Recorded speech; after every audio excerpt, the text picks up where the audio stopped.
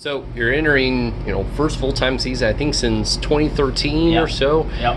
How's it feel just to be back at the racetrack full-time, getting swinging things? How's it feel? It's tremendous. I think it's something at times I didn't know would happen, but it's really cool that the way it's come together and the group that it's come together with, right? And I'm still getting to be a part of what I've done the last couple of years, the Henderson Motorsports, and doing that deal. But then with these guys, it just feels like a huge opportunity. And there's so much confidence flowing to this organization, from the top down, from Scott Borchetta to everyone involved, Patrick Donahue, Keith Barnwell, and our whole team, because it just feels like, this is an organization that's on the up, right? And it's a place that's got the resources, we've got the equipment, and it's really going to come down to us executing on race weekends and as the humans involved in it all, just performing. And so it's a really cool place to be. And it's something I've wanted to have a chance at, right? And prove, hey, I can do this, and I can run up front, and I can win races, and I've done that. But now it's doing it on a week-to-week basis, which is great. Yeah. So how did the whole deal get started with Scott? You talking? So it's a bit of a long story, but probably summer last year, I sort of inquired with Keith Barnwell and Patrick Donahue a little bit when they were going through all those different drivers, if there was a chance, to hop in, especially I was looking at road courses, that sort of thing.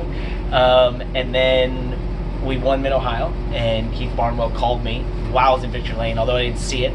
I got the voicemail afterwards, and he said, "Hey, congratulations, I know you're in Victory Lane. This is the call you want to get. Do you want to do Talladega?" And I was in the 48 car, and I was like, yeah, 100%. So that was really cool Scott, to reach out and make that happen. And then we did the Talladega race. It was smooth, seamless. I feel like we had a shot to win the entire race, essentially, and down the last couple laps. Finished sixth, and it just seemed right. And then, they kind of were doing their thing, and then reached out a little bit afterwards and said, hey, and this is one of the things Scott said to me right the first time he talked, would you even be interested in going full-time? And I was like, well, let me just make sure, what's the vision for this place, and what, I can see a little bit from the outside, but, what are you thinking? And he gave me sort of his vision for it, where he wants to go, and I said, I'd love to be a part of that. So, very honored and grateful to have the opportunity. I just think we're going to do some really big things this year, and it's a really cool thing just to see kind of the groundwork of all this being put together, but then to also be doing this, there's almost a sense of calm, because I feel like we're all so confident that we have everything we need to go out there and be successful, and now we just have to do it, and we're all good at that. For sure. And, obviously you've had your work with NBC. How do you think that's helped you get to this point and how keep you fresh? Yeah, I think it's, it was big in terms of just growing my profile, right? And growing my notoriety within the sport, my credibility. I think, I would never have scripted or planned my life and career this way. But it's been interesting, and I wouldn't change it in a lot of respects, because I think what's been cool has been going through it tough times and emerging stronger, better, more confident, more just, I think, overall a better race car driver. I like to tell people I'm a 10 times better race car driver than I was 10 years ago. And a lot of that is because of the stuff I've gone through to get to this point. So it just feels right as well, right? And NBC has played a huge part in allowing me to, first and foremost, their support in allowing me to go race the times they have over the last couple of years. I drove cup races for all these years. I've done many cup races in 2019. I've done Xfinity, I've done trucks. They've been really cool to work with me through the whole time, and they're going to, we're going to continue to do that this year. And I can't thank them enough for allowing me to do that. And I hope it's brought a lot to the broadcast. But it also, as I said, maybe just grew my profile and allowed me, to be in front of people when I couldn't be in a race car. For sure. And you had the Charlotte test a couple weeks ago, a few weeks ago or so. Some of the new changes on the Xfinity car. How'd that feel? I don't have a great notebook as what they would have felt before. I have an idea and an understanding, and obviously from what I've watched and sort of know, obviously from driving trucks and cup cars. But it was definitely different. And I think, a lot of the drivers I talked to remarked how different it was. Shelvin, Creed, Austin Hill, Ross Chastain, we were talking afterwards, and they just said, yeah, this is really different. I don't think it's a bad thing in any respect. Like, the cars are hard. These are, so I like to say, the last true stock cars, right? Because they're what we've known as stock cars for the last 30 plus years in NASCAR. They've got low downforce, they've got a good amount of power, and all that combines into being something you have to drive a very specific way. And taking away that skew just makes them a little harder to drive and different. It's not, I wouldn't say a massive, like something that we drive on the side of the wall or anything, right? But it's just different. Remains to be seen how it affects, sort of racing, that sort of thing. But I like it because, to me, it could even the playing field a little bit early on, see who hits it, and can give us a little bit maybe of a chance to catch up to JRM and JGR cars. Yeah, for sure. You're working with a lot of different people who obviously have a lot of history in the sport. Patrick Donahue, he used to work with Jeff Gordon back in the day. Henderson Motorsports, they've been around forever. What kind of racing stories have you guys exchanged or heard in talking with them? My goodness. Well, if you want racing stories, you got to go to Chris Carrier, who's the crew chief on Henderson, or Keith Barnwell over here, who's been around for a long time as well. But Patrick, hey, that's what I was saying. He's old. Patrick's got he gives them an anecdotes. You get them in short bursts of stories about those times. I also obviously know Steve Lachart really well, who knew Patrick really well. They were roommates on the road and that sort of thing in those Jeff Gordon years. So I've heard stories here and there, but that's so cool. I mean, it's cool to get to work with people who have been a part of history in this sport, right? And the moments that we grew up watching and remembering and are instilled in us and are in the Hall of Fame and will go on and live on perpetuity.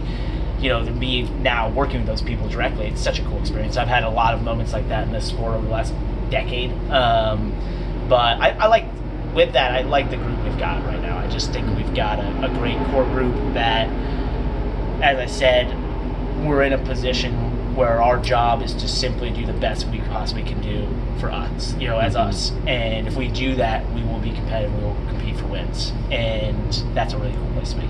I remember Kaz Gralla remarked at Racing Against Jimmy Johnson. I asked him, do you kind of go up to him and say, hey, I used to watch you all the time? He said, no, he doesn't deserve that satisfaction. I imagine it's kind of the same with some different people and whatnot. No, I've actually... Not really? No, I mean, I've always been just flattered when I get to speak to guys like that. And Jimmy was super cool to me early in my career. He was super helpful, a huge hero of mine. He was actually the first NASCAR driver I remember, at 11 years old and 12 years old when he came in as a rookie, being like, oh, that's my guy. He's young, I'm young. I think of myself as young at the time, but I'm a baby at 11 or 12 years old. And I was a huge fan of his, and then I got to, get to know him. His spotter, Earl Barbin, was my spotter for many years. And so I had that connection, which was super cool. And then when I got this deal, Jimmy was one of the first people to text me and say, congratulations, it's really cool. So that was that was awesome. Mark Martin was one of the coolest reach outs I got in the last couple of months. He reached out to me end of last year, I think even before this deal had come together, and he just said, hey, I just want to talk about how we have some similarities in our career and that sort of thing. And I was like, wait, first of all, you're texting me. Second of all, what similarity? What do you mean? I'll take anything. So that was super cool. Very cool. And you got Jimmy's number too. I have Jimmy's number. That's pretty cool. Yeah. And looking ahead to the season, what races do you have circled specifically? Gosh, I think when we've looked at the season and I've looked at it, I would say there's about 18 or so races that we have an outsized chance, in my opinion, of being, that's the place that we'll win. Whether that's our team, their success at those racetracks, or my confidence level, such as success at those racetracks. So I think that obviously puts us in a really good position this year. Do I expect us to go win 5 races right off the bat? No. But, for our race team and where we are in this series, my hope, and Patrick and I talked about this, is it's about being methodical. It's a process. It's taking, if we're, let's say on average, a 10th place team, if we can turn that over 5 weeks into an 8th place team, over the next 5 weeks into a 6th place team, and so on and so forth, it's a 33-week season. We can find ourselves challenging for a championship at the end of the year in Phoenix, right? And that's how we view it. What gets us there, obviously, is sort of where, it's wins and being competitive and being consistent. But I don't know if we've really put a tally in terms of hey, you got to win this many races. For us, it's just that methodical. Go ahead, Cody. I'm sorry. Oh, it's all good. No worries. It's about being methodical and just leaning into the process, and that's really what it is. It's a process. And if you can really see that the progress happening, that's where you really see the momentum sort of build, and that's where you go fight for a championship. So you say goals overall, just keep improving. First and foremost, obviously make the playoffs, win a race. I'd say that's bare minimum, and then from there it's building things that I don't even think you would particularly see from the outside, but for us, are important to know we can fight for a championship, right? It's the processes of how we do things as a team, how our guys work together, the culture, mentality, doing whatever it takes, versus, falling into that it's good enough sort of feeling, right? It's that move, that culture, that mentality that's really key for us to continue building and continue getting closer to being one of those championship 4 teams, and then being able to execute on that day when we're there. For sure. Yeah.